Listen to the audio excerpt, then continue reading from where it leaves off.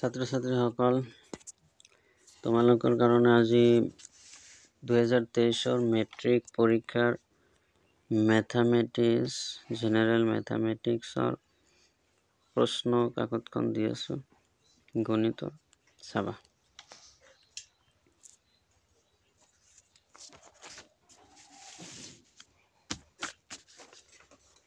1 number question শুদ্ধ উত্তৰটো বাছি উলিওৱা ইয়াতে কি কৈছে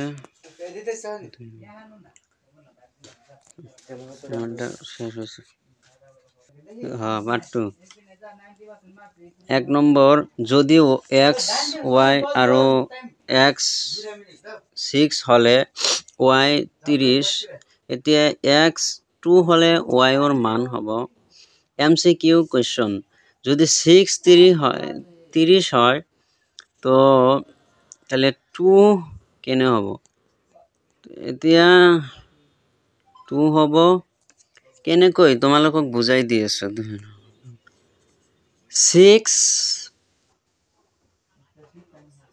6 গুণ 30 হয় 5 কৰি ধৰছে তো ইয়াতে ডাবল হ'ব মানে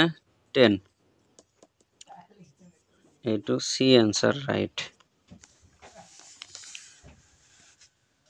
তলৰ কোনটো সংখ্যা এটা অযুগ্ম সংখ্যাৰ বৰ্গ তাৰ মানে কি 169 অযুগ্ম সংখ্যা যুগ্ম সংখ্যাৰ অযুগ্ম সংখ্যা বুজি পোৱা অযুগ্ম সংখ্যা হল মিল নথকা এটো 169 আছে কোনো মিল নাই এটো অযুগ্ম সংখ্যা 3√8 plus 3√27 plus 3√64 ৰ মান হ'ব তলতে আছে এটো হ'ব D 9 হ'ব